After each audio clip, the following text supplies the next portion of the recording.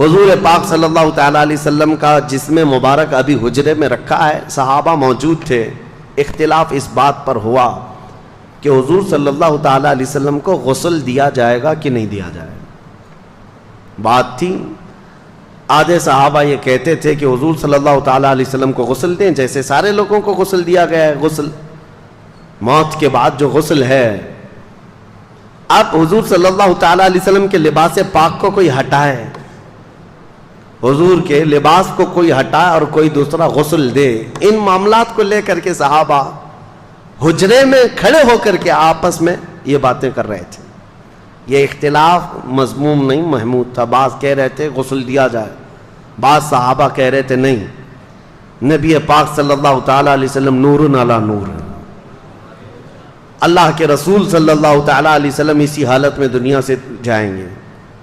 صحابہ میں یہ بات ابھی چل رہی تھی، حدیث شریف ہے، صحیح حدیث ہے بخاری کی بھی، کہ اچانک وہ حجرے میں جتنے کھڑے صحابہ تھے، چھوٹا حجرہ تھا، بہت سارے لوگ اندر آ نہیں سکتے تھے، جتنے صحابہ کھڑے تھے وہ کہتے ہیں ہم کو غنودگی طاری ہوئی، نیند آ گئی، آنکھیں جھپکیں اور سب کے سب وہاں پر اونگنے لگ گئے۔ تھوڑی دیر جھپکی آئی، پھر آنکھیں کھلی تو دیکھتے ہیں حضور کو غسل دیا ہوا ہے، نبی پاک صلی اللہ تعالیٰ علیہ وسلم غسل شدہ ہیں، پانی کے قطرات ٹپک رہے ہیں، مسئلہ حل ہو گیا، اب لڑنا کسی بات پر نہیں تھا۔ دوسرا اختلاف اس بات پر ہوا کہ نبی پاک صلی اللہ تعالیٰ علیہ وسلم کو کہاں دفن کیا جائے۔ بعض صحابہ کہتے تھے مکہ میں لے جائیں، ان کا آبائی وطن ہے، بعض کہتے 30,000 کے قریب انبیاء اکرام بیت المقدس کے آس پاس دفن ہیں، حضور صلی اللہ تعالیٰ علیہ وسلم کے بھائی ہیں سارے انبیاء، وہاں لے جا کر کے دفن کریں، اور بعض صحابہ کہتے نہیں ہم مدینے سے باہر نہ لے جائیں۔ یہ اختلاف تھا، 3 جماعتیں تھیں۔ پھر سیدنا ابو بکر صدیق رضی اللہ تعالیٰ عنہ سے یہ حدیث آپ نے سنائی کہ میرے آقا صلی اللہ تعالیٰ علیہ وسلم نے اپنی زندگی میں فرمایا تھا اللہ کے ہر نبی کو وہیں دفن کیا جاتا ہے جس جگہ ان کی روح قبض کی جاتی ہے۔ مسئلہ حل ہو گیا۔ ہاں، فرمایا کہ حضور صلی اللہ تعالیٰ علیہ وسلم کی روح پاک یہاں قبض کی گئی حضرت عائشہ کے مکان میں، تو اب یہیں دفن ہوں گے، اس بات کا بھی خلاصہ ہوا۔ اب ان کے بعد حضور اکرم صلی اللہ تعالیٰ علیہ وسلم کی تدفین کے بعد نماز جنازہ کے بارے میں بہت سارے لوگ پوچھتے ہیں حضور کی جنازے کی نماز کیسے ہوئی۔ وہ ایک ساتھ جمع غفیر کے نماز ادا نہیں کی گئی تھی، بلکہ حضور صلی اللہ تعالیٰ علیہ وسلم کے جسم پاک کو حجرے میں ہی رکھا گیا تھا، اور صحابہ کی ایک ایک جماعت آتی تھی، نماز پڑھتی تھی اور چلے جاتے تھے۔ بلکہ یہ اس نماز جنازہ کے بارے میں بھی صحابہ میں باتیں ہوئی کہ کون پڑھے گا، کون پڑھائے گا، کس طرح سے۔ اب اس میں پھر حضور کی ہی ایک روایت حدیث صحابہ نے سنائی کہ اللہ کے نبی نے فرمایا کہ تم سب کے سب میرے حجرے سے باہر چلے جانا۔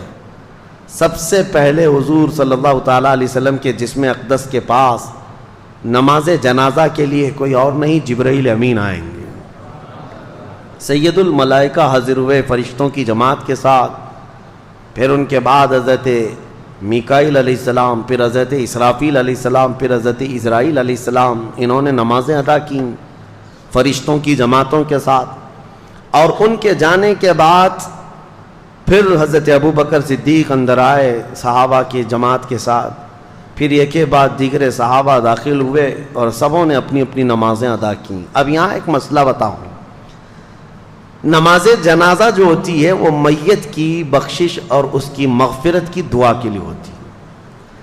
اب رسول پاک صلی اللہ تعالیٰ علیہ وسلم کی نماز جنازہ پڑھنے والے حضور کے لیے مغفرت کی دعا کرنے گئے تھے، حضور کی بخشش کا سوال کرنے گئے تھے۔ ارے وہ رسول جو ہاتھ نہ اٹھائے تو قیامت میں کسی کا حساب نہ ہو۔ نماز جنازہ 2 طریقے کی ہے، اسی لیے فرمایا گیا نماز جنازہ میں حاضر ہو جاؤ، تمہاری کثرت جو ہوگی، تمہاری جماعت ہوگی، تم اس کی مغفرت کی دعا کرو گے، اللہ میت کو معاف کر دے گا۔ ایک روایت اور فرمایا اگر کوئی بہت نیک انسان کا انتقال ہوا تب بھی جنازہ پڑھو، اس لیے کہ جتنے شریک ہوں گے ان کے گناہ معاف ہو جائیں گے۔ تو وہاں یہ مسئلہ بھی حل ہے۔ رسول کریم صلی اللہ تعالی علیہ وسلم کے نماز جنازہ میں جو گئے تھے وہ سب کے سب مستفیض ہو کر کے آئے، حضور سے انوار و برکات لے کر کے آئے۔ دفن کی بات، بدھ کے دن حضور صلی اللہ تعالی علیہ وسلم کی تدفین ہوئی، 2 دن کے بعد، پیر کے بعد سے لے کر کے بدھ کے دن تک نبی پاک صلی اللہ تعالی علیہ وسلم کے کثیر صحابہ تھے، نماز پڑھنے میں ہی یہ وقت نکلتا رہا۔ اور تدفین کے بعد اب جو معاملہ سب سے پہلے درپیش ہے مسلمانوں کی امامت کا، مسلمانوں کی امارت کا، حضور کے جاتے ہی اختلافات اس قدر ہو گئے تھے باہر صحابہ میں نے، دیگر لوگوں میں جو نفس پرست لوگ تھے، کچھ تو نبوت کا جھوٹا دعویٰ بھی کر بیٹھے ہیں۔ حضور کے جاتے ہی اسود عنسی نام کا ایک شخص کھڑا ہوا، مسیلمہ کذاب ایک شخص کھڑا ہوا، اور لوگوں میں کثرت سے وہ اپنا انفلوئنس بڑھاتے ہوئے، اثر و رسوخ بڑھاتے ہوئے لوگوں کو اپنی طرف مائل کیا، میں اور سچا رسول ہوں، میں اور سچا نبی ہوں، ایسا سہولت دینے لگا۔ جو سہولت کے پیچھے بھاگتے ہیں وہ ایسے نبیوں کے پیچھے بھاگتے ہیں۔ شریعت حضور صلی اللہ تعالیٰ علیہ وسلم کی، اسی لیے مسلمانوں ہمیشہ یاد رکھو کہ اگر تم تن آسانی چاہو گے تو شیطان کسی بھی گڑھے میں لے جا کے تمہیں گرا دے گا۔ تم ہمیشہ یہ یاد رکھو میری طبیعت چاہے یا نہ چاہے جو میرے مصطفیٰ کی شریعت ہے وہی حق ہے۔ لوگ آتے ہیں بیوی کو 3 طلاق دے دیا، ہم نے بتا دیا ہے کہ ہو گئی ہے، پھر وہ ایسا کوئی مولوی ڈھونڈتے ہیں جو اس سے کہے کہ نہیں ہوئی، ابھی رہ سکتا ہے۔ وہ ڈھونڈتے رہتے ہیں کہیں نہ کہیں سے، سہولت چاہتے ہیں، جبکہ صحیح احادیث اور صحیح قرآن کی آیات سے جو مسئلہ مل گیا تو اس کے بعد اپنی خواہشات کو ختم کر دو، یہی شریعت ہے۔ اور لوگوں کو آسانی چاہیے، روزے میں بھی کوئی 1 گھنٹہ پہلے افطار کرنے کی پرمیشن دینے لگ جائے تو اس کے بھی بہت سارے مرید بن جائیں گے کہ ہمارے یہاں کنسیشن ہے۔ بہت سارے ایسی جگہوں پر بنتے بنتے فرقے اسی لیے بن گئے شیطان کے، وہ آلہ کار بن جاتے ہیں، شیطان ان کو لے جاتا ہے۔ وہ جھوٹے نبی جو پیدا ہوئے تھے حضور کی وفات کے فوراً بعد، وہ ایسی ہی سہولتیں بانٹ رہے تھے کہ ہمارے ہاں ایسا ہے، ہمارے ہاں اتنی نمازیں نہیں، ہمارے ہاں اتنی زکوٰۃ بھی نہیں دینی، آؤ پیچھے چلو، جہاں جنگ میں غنیمت کا مال آئے گا وہ سب بانٹیں گے ہم۔ وہ الیکشن کی طرح ایک پارٹی اتنا اعلان کرے، دوسری پارٹی اس سے زیادہ اعلان کرے، ایک کہے بجلی فری تو دوسرے کہے عورتوں کو ٹکٹ فری ہے۔ یہ لوگوں کو بہلانے اور پھسلانے کے جو ترغیبی انعامات ہوتے ہیں، میرے عزیزو ایک بات یاد رکھنا، شریعت مصطفیٰ صلی اللہ تعالیٰ علیہ وسلم میں اگر کوئی اس طرح کی چیزیں لائے تو اس کو نکال کر پھینک دینا، اگر کانٹوں پر بھی چلنا پڑے تو مجھے وہی راستہ پسند ہے جو میرے مصطفیٰ کریم کا ہے، وہی راستہ ہے۔ اب حضور اکرم صلی اللہ تعالیٰ علیہ وسلم کی تدفین کے بعد جو سب سے اہم معاملہ تھا وہ امامت کا تھا، خلافت کا تھا۔ اب کون امیر ہوگا، کون امام ہوگا مسلمانوں کا، یہ ایک ایسی سچویشن تھی صحابہ کے لیے کہ اگر یہ فوری طور پر حل نہیں ہوتا تو دشمنان اسلام ان کی جماعتوں کو ٹکڑے کر دیتے ہیں۔ صحابہ اکرام کے دشمن کم نہیں تھے، یہ لڑ رہے تھے، مسلسل لڑ رہے تھے، کتنے بازنطینی حکومتیں، ایرانی حکومتیں، رومی حکومتیں سب ان کے دشمن بنی بیٹھی ہوئی تھیں، ساسانی حکومتیں، بہت ساری حکومتیں ان کی دشمن بنی بیٹھی ہوئی ہیں۔ اگر ایسے میں ان کا کوئی امیر نہیں ہوتا، اگر کوئی ان کا خلیفہ نہیں، اگر امام نہیں ہوتا تو پھر دوسری حکومتوں کو مدینے پر چڑھائی کرنے میں ذرا برابر وقت نہیں لگتا۔ اور پھر پلس ہوا کیا ہے، کچھ تو لوگ مرتد ہو رہے تھے، مرتد کہتے ہیں اسلام کو چھوڑ کر پھر جانا۔ کچھ لوگ زکوٰۃ کے منکر بن گئے، کہا ہم زکوٰۃ نہیں دیں گے، اور رسول اللہ کے زمانے میں دیتے تھے اب نہیں دیں گے، وہ پھر گئے، مرتد ہو گئے۔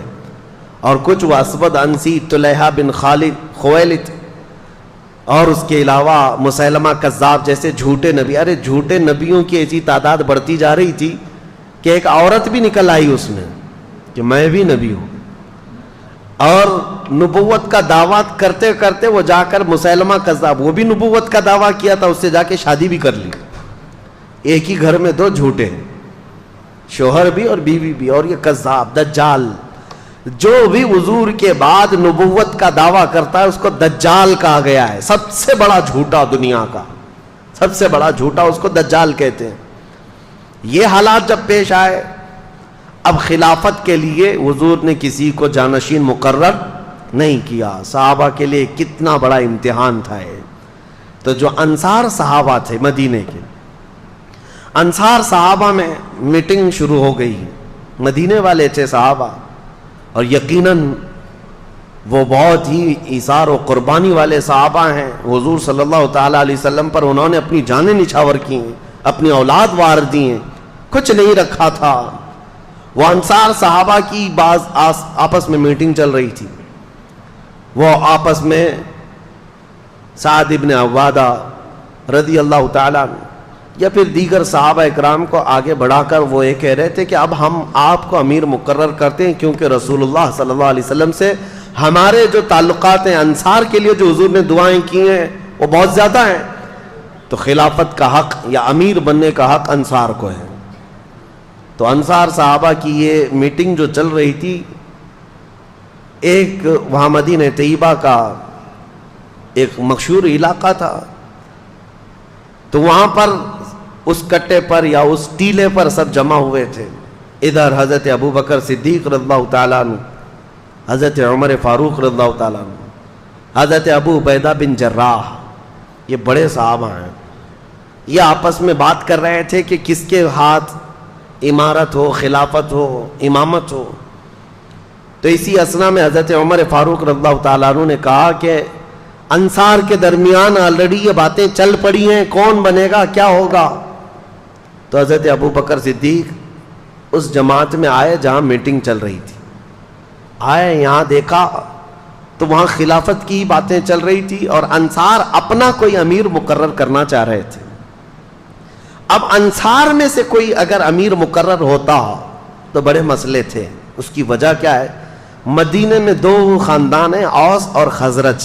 میں نے سیرت کے بیان میں سنایا ہے، اوس اور خزرج یہ دو خاندان ہیں، اور یہ صحابہ انہی دو خاندانوں میں سے ہیں. آج تک وہ خاندان موجود ہے مدینے میں، اوس اور خزرج. اور دونوں کی اتنی سخت لڑائیاں تھیں کہ یہ دونوں قبیلوں میں 120 سال تک لڑائی چلی.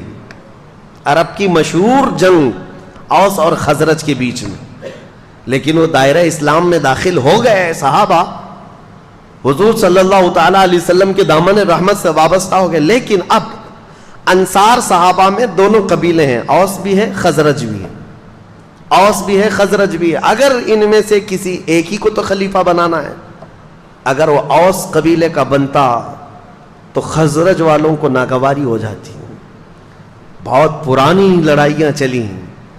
خزرج قبیلے سے کوئی بنائے جاتے ہیں تو اوس والوں کے لیے مسئلہ ہوتا.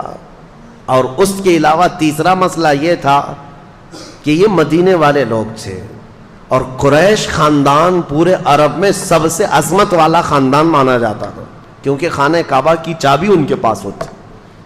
اور عرب کے چھوٹے بڑے جتنے قبیلے ہیں وہ سب قریش کو سلام کرتے. قریش خاندان کی عظمت، اس کی سیادت، اس کی حکومت کو تسلیم کرتے تھے زمانے جاہلیت میں بھی. اب قریش کے علاوہ اگر کوئی دوسرا بن کر آتا تو جو چھوٹے موٹے قبیلے ہیں وہ کبھی سردار تسلیم نہیں کرتے. عربوں کے اندر یہ رواج، عرب قبیلے اور پھر مکہ میں رہنے والے دوسرے قبیلے اوس اور خزرج کے کسی کو امیر وہ نہیں قبول کر پاتے. حضرت ابو بکر صدیق کی دانائی تھی، دور اندیشی تھی، وہ سب حالات جانتے تھے. سیاست اسی کو کہتے ہیں، اصل سیاست. اس کے بعد حضرت ابو بکر صدیق آئے. ثقیفہ بنی ساعدہ جو علاقہ ہے وہاں پر، وہ جو ٹیلا ہے وہاں پر سارے انصار صحابہ تھے. کھڑے ہو کر حضرت ابو بکر صدیق نے خطبہ دیا. وہ ایسا خطبہ تھا سب کے رونگٹے کھڑے کر دیے. ابھی ابھی حضور کے جانے کا غم تازہ تھا اور سارے صحابہ جانتے تھے سب سے زیادہ حضور کے ساتھ رہنے والے حضرت ابو بکر ہی تھے. حضرت ابو بکر نے یہ نہیں کہا اے لوگوں میں خلیفہ بننے آیا ہوں، نہیں، ایک جملہ بھی نہیں فرمایا. یہاں میں تاریخ کی سچائیاں آج رکھ رہا ہوں آپ کے سامنے. ان جھوٹے کالے لوگوں کے اوپر یہ زناٹے دار تھپڑ ہے جو حضور سیدنا ابوبکر صدیق پر انگلیاں اٹھاتے ہیں. غصب کر کے خلافت لے لیا نہیں. وہاں پر آئے انصار صحابہ کی جماعت کے درمیان خطبہ دیا اور کہا اے انصار تمہاری قربانیاں ہمیں یاد ہیں. جب ہم آئے تھے بے گھر تھے تم نے یہاں گھر دیے. مہاجرین کو تم نے سنبھالا رسول اللہ کے قدم بقدم ساتھ رہے. اے انصار تمہاری قربانیاں سب ہم یہ تسلیم کرتے ہیں لیکن مسئلہ یہ کہ اگر تم میں سے کوئی امیر مقرر ہو گیا کوئی خلیفہ مقرر ہو گیا تو عرب کے دوسرے قبیلے اس کو تسلیم نہیں کریں گے. بغاوت ہو جائے گی. مکہ والے اور قریش والے اس بات کو تسلیم نہیں کر پائیں گے. اس لیے رسول کریم صلی اللہ تعالی علیہ وسلم جس خاندان سے تھے اسی خاندان کا کوئی امیر ہونا چاہیے. مسئلہ حل ہو گیا. حضور صلی اللہ تعالی علیہ وسلم جس خاندان سے قریش سے کہا کہ قریش سے ہی ہم اپنا امیر مقرر کرتے ہیں. اس کے لیے حضرت ابو بکر نے حضرت عمر کا ہاتھ پکڑا اور ایک ہاتھ حضرت ابو عبیدہ کا پکڑا. یہ دونوں قریش خاندان سے ہیں. دونوں کو کھڑا کر دیا اور کہا اے گروہ انصار کیا میری اس بات کو تم تسلیم کرتے ہو, منظور کرتے ہو, قبول کرتے ہو؟ سارے انصار نے کہا آپ جو کہہ رہے ہیں حق ہے, قریش سے ہونا چاہیے. پھر کہا اگر قریش سے ہونا چاہیے تو سنو میرے نزدیک قریش میں افضل ترین لوگ یہ ہیں, ایک ہاتھ میں میرے عمر ہے ایک ہاتھ میں ابو عبیدہ ہے. سارے مسلمان ان دونوں میں سے کسی ایک کو اپنا امیر مقرر کر لیں. یہ حضرت ابو بکر صدیق نے فرمایا ہے. زبردستی خلافت حاصل کر لی؟ نہیں. خلافت کیسے آئی وہ میں آپ کو تاریخ بتا رہا ہوں. ثقیفہ بنی ساعدہ وہ چوٹی پر ٹیلے پر حضرت ابو بکر نے حضرت عمر کا ہاتھ پکڑا, حضرت ابو عبیدہ کا ہاتھ پکڑا اور کہا کہ یہ دونوں افضل ترین لوگ ہیں قریش میں بھی اور تم میں بھی, ان میں سے کسی ایک کو چن لو. انصار صحابہ سب دیکھ رہے تھے.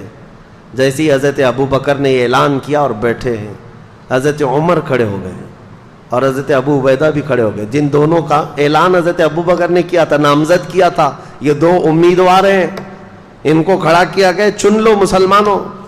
تو یہ دونوں پہلے کھڑے ہوئے اور سارے گروہ انصار اور مہاجرین جتنے تھے مدینے میں سب کو مخاطب کر کے حضرت عمر کہتے ہیں اے رسول اللہ کے تمام اصحاب سنو, حضرت ابو بکر نے میرے نام کا تمہارے سامنے اعلان کیا, تمہارے چننے کے لیے تم سب گواہ ہو جاؤ. اللہ کو گواہ مانتے ہوئے میں ابو بکر کے ہاتھ پر بیعت کرتا ہوں. میں نے ان سے افضل رسول اللہ کی زندگی میں کسی کو نہیں دیکھا. حضرت ابو عبیدہ نے دوسرا ہاتھ پکڑا اور کہا میرے بھائی عمر نے جو کہا اس پر مجھے کوئی شک نہیں ہے, ابو بکر کے علاوہ ہم میں سے کوئی افضل نہیں. اس لیے کہ رسول اللہ صلی اللہ تعالی علیہ وسلم اپنی علالت کے درمیان اپنی بیماری کے دوران 17 مرتبہ ابو بکر صدیق کو مصلی امامت پر بڑھایا تھا. انہوں نے کہا رسول اللہ نے ہمارے دین کے لیے جو امام پسند کیا ہے وہ ہماری دنیا کا بھی امام ہوگا. یہ خلافت شروع ہوئی. یہاں پر معاملات یہ ہیں کہ حضرت ابو بکر صدیق رضی اللہ تعالیٰ عنہ کے ہاتھ پر جیسی ہی دونوں اصحاب نے بیعت کیا, سارے انصار جماعت در جماعت آئے اور سبوں نے بیعت کرنا شروع کر دیا اور سبوں نے اعلان کیا کہ یہ اللہ تعالیٰ کا انتخاب ہے. ان میں سے کسی کو بھی اختلاف نہیں ہوا حضرت ابو بکر کے نام پر, کسی کو نہیں. اب ایک چیز بتائی جاتی ہے حضرت مولا علی کرم اللہ وجہہ الکریم کے متعلق کہ حضرت علی رضی اللہ تعالیٰ عنہ اس مجلس میں نہیں تھے. یہ جو خلافت کا سلسلہ چل رہا تھا صحابہ کے اتفاق رائے سے یہ چنا ہوا ہے, سب کی اتفاق رائے سے. اس میں مولا علی کرم اللہ وجہہ الکریم حاضر نہیں تھے. تو اب یہاں پر بہت سارے لوگ یہ کہتے ہیں کہ حضرت علی کو اختلاف تھا اس لیے وہ حاضر نہیں تھے اور وہ ان کو خلیفہ مانتے ہی نہیں تھے. اور بڑھ کر کے شیعہ حضرات تو یہ کہتے ہیں حضرت علی تقیہ کرتے تھے. تقیہ کا مطلب کیا ہے؟ حالات سے اصل چیز کو دل میں چھپا کر کے رہنا. یعنی حاکم اگر سخت ہے تو کچھ باتیں اپنے دل میں چھپا کر کے اس کی مرضی کے مطابق کام کرتے رہنا، اس کو تقیہ کہتے ہیں. یہ کرتے ہوں گے. مولا علی کے بارے میں تم سوچتے ہو حیدر کرار جس کی شمشیر کا کوئی جواب نہ ہو، وہ دل میں چھپا کر کے کوئی بات عمل کرے گا؟ ہرگز نہیں. ہم اس بات کو تسلیم نہیں کرتے. ہاں اب ہم یہ بتا سکتے ہیں کہ حضرت علی کرم اللہ وجہہ الکریم خود روایت میں آپ کو بتاؤں. حضرت علی رضی اللہ تعالیٰ عنہ کی روایت کیا ہے خلافت کے معاملات میں. یہ معاملات ہوئے تقریباً 6 مہینے گزر گئے. حضرت علی رضی اللہ تعالیٰ عنہ خود حاضر ہوئے. حضرت ابو بکر صدیق رضی اللہ تعالیٰ عنہ کے ہاتھ میں ہاتھ رکھ کر کے آپ نے بیعت کیا. اب سنیے حضرت علی کیوں نہیں بیعت کیے، 6 مہینے کیوں گزرے؟ ہر ایک کے کچھ نہ کچھ اسباب ہوتے ہیں، وجوہات ہوتے ہیں. یہ مسئلہ میں اور آپ کیوں پوچھیں کہ حضرت علی کیوں نہیں آئے تھے؟ میرے اور آپ کے پوچھنے سے بہتر تو یہ ہے کہ حضرت ابو بکر صدیق خود ہی پوچھ چکے ان سے کہ علی اتنے دن کیوں نہیں آئے. مسئلہ اب صاف ہو جائے گا. جن کا معاملہ ہے وہ خود ہی سوال کر چکے ہیں. سنو، حضرت علی کرم اللہ وجہہ الکریم، آپ سے کسی نے کہا کیا آپ ابو بکر سے اپنے آپ کو افضل کہتے ہیں؟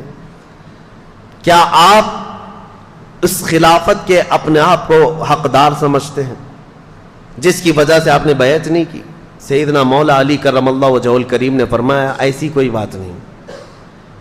میں نے یہ عہد کر لیا تھا دل میں کہ جب تک جو وحی نازل ہو رہی تھی قرآن پاک، حضرت ابو بکر صدیق کی خلافت کا ایک اہم کام میں آپ کو بتاؤں.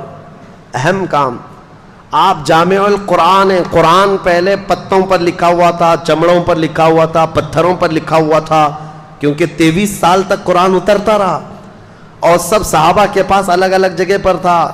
یہ حضرت ابو بکر صدیق کے زمانے خلافت میں قرآن کو جمع کرنے کا کام شروع ہوا، اور حضرت ابو بکر صدیق نے اپنی خلافت کے زمانے میں قرآن کو جو جگہ جگہ ادھر ادھر تھا سب کو جمع کر دیا. اب سنو، یہ حضرت ابو بکر صدیق کی خلافت کا اہم کارنامہ ہے. اب یہ بات میں کیوں کہہ رہا ہوں؟ اس لیے کہ حضرت علی نے فرمایا، عرض کی، سنو، حضرت ابو بکر صدیق نے جب یہ کہا تو آپ نے فرمایا میں نے یہ قسم لے لی تھی، میں نے یہ عہد کر لیا تھا کہ جب تک اللہ کا کلام قرآن ایک جگہ جمع نہ ہو جائے میں کسی کے ہاتھ پر بیعت نہیں کروں گا. مقصد اس کے علاوہ اور کچھ نہیں تھا. لیکن بہت سارے کھٹملوں کو پتہ نہیں کیا کیا چیزیں مل جاتی ہیں. اس لیے نہیں کیا تھا، اس لیے نہیں کیا تھا، اختلافات ہوئے تھے، فلاں ہوئے تھے، نعوذ باللہ. اصل وجہ یہ حضرت علی کرم اللہ وجہہ الکریم، امام جلال الدین سیوطی نے بھی اس روایت کو بیان کیا، اور تاریخ الخلفاء میں آپ نے اس چیز کو صاف بیان فرمایا کہ حضرت علی رضی اللہ تعالیٰ عنہ جب آپ کی وفات ہوئی تھی، شہادت ہوئی ہے کوفہ میں، اس وقت بھی آپ سے کہا گیا تھا کہ آپ اپنا جانشین کسی کو مقرر کریں گے، کسی کو خلیفہ بنائیں گے. تب بھی مولا کائنات علی مرتضیٰ رضی اللہ تعالیٰ عنہ نے یہ فرمایا تھا کہ جب رسول اللہ نے اپنے بعد کسی کو جانشین مقرر نہیں کیا تو میں کسی کو کیسے کروں. یہ اس بات کی علامت ہے کہ سیدنا علی کرم اللہ وجہہ الکریم حضرت ابو بکر صدیق کی خلافت پر متفق رہے، اور ان کی خلافت میں، ان کی امامت میں نمازیں بھی ہوتی رہیں. دیکھیں، میں سب سے پہلے کہہ رہا ہوں کہ سنیوں کا مجمع ہے، اختلافات صحابہ کو ذکر کرنا بھی نہیں چاہیے. اس سے تمہارا لینا دینا کیا ہے؟ تم میاں یہ پوچھو نماز میں فرض کتنے، واجبات کتنے، نماز کی مکروہات یا فاسد ہونے کے طریقے کیا کیا ہیں، روزہ، زکوٰۃ، یہ تم اپنی ضروریات دین کو پوچھو. تم یہاں بہت بڑے تاریخ دان بن کر کے فیصل بھی بن جاتے ہو ساتھ میں کہ نہیں وہ ایسے نہیں تھے، یہ صحیح نہیں تھے، وہ نہیں صحیح تھے. اٹکل پچو مار رہے ہیں 1400 سال کے بعد پیدا ہو کر کے. سوشل میڈیا کا دور ہے. ہم نے بہت سارے ایسے برساتی محققوں کو دیکھا ہے. ہاں، محقق تحقیق کرنے والے، ریسرچ اسکالر، تو یہ برساتی مینڈکوں کی طرح ہے. یہ نئے نئے آئے اور انہوں نے ریفرنس اور لوگوں کے سامنے نمبرنگ کے ساتھ کچھ باتیں رکھ کر کے لوگوں کو یوں ورغلایا ہے کہ اصل یہ بات ہے، تم کو لوگ یہ پٹی پڑھا رہے ہیں۔ میرے عزیزو، یہ دین اسلام ہے، پٹی پڑھانے سے چلنے والا ہے نہیں۔ دین اسلام اپنی حقانیت کی بنیاد پر صبح قیامت تک چلے گا، صبح قیامت تک چلے گا۔ بعض تو ایسے جاہل آئے ہوئے ہیں محققین کے نام پر، جو علماء سے تمہیں برگشتہ کر رہے ہیں، دور کر رہے ہیں۔ سارے علماء سے دور ہو جاؤ۔ علماء ممبروں پر بیٹھ کر کے جھوٹی باتیں کہتے ہیں، تو نوجوان طبقہ آج کا، کالجز کا، یونیورسٹیز کا، وہ اکثر علماء کے بارے میں بدگمانی کرتے چلے گئے۔ امام غزالی رحمۃ اللہ تعالی علیہ کی یہ بات میں تمہیں یاد دلا دوں، اللہ تبارک و تعالیٰ جب کسی کو گمراہ کر کے ذلیل موت دینا چاہے تو سب سے پہلے اس کو علماء کی گستاخی میں لگاتا ہے۔ وہ بندہ وہاں سے شروعات کرتا ہے اور اس کے بعد وہ بدگمانی اس کی بڑھتی چلی جاتی ہے علماء کے بارے میں، مدارس اسلامیہ کے بارے میں، کہ مولوی لوگ ایسے ہی ہوتے ہیں۔ تمہیں پتہ ہے کہ دین کہاں سے کہاں تک آیا؟ تم کو الف با جو پڑھنا آتا ہے آج، یا اگر علماء نہ ہوتے ان کے وسیلے کے بغیر تم کہاں سے دین سیکھتے؟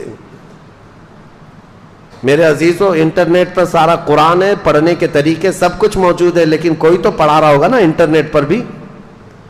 بے واسطے خدا کچھ عطا کرے، ایسا نہیں ہے۔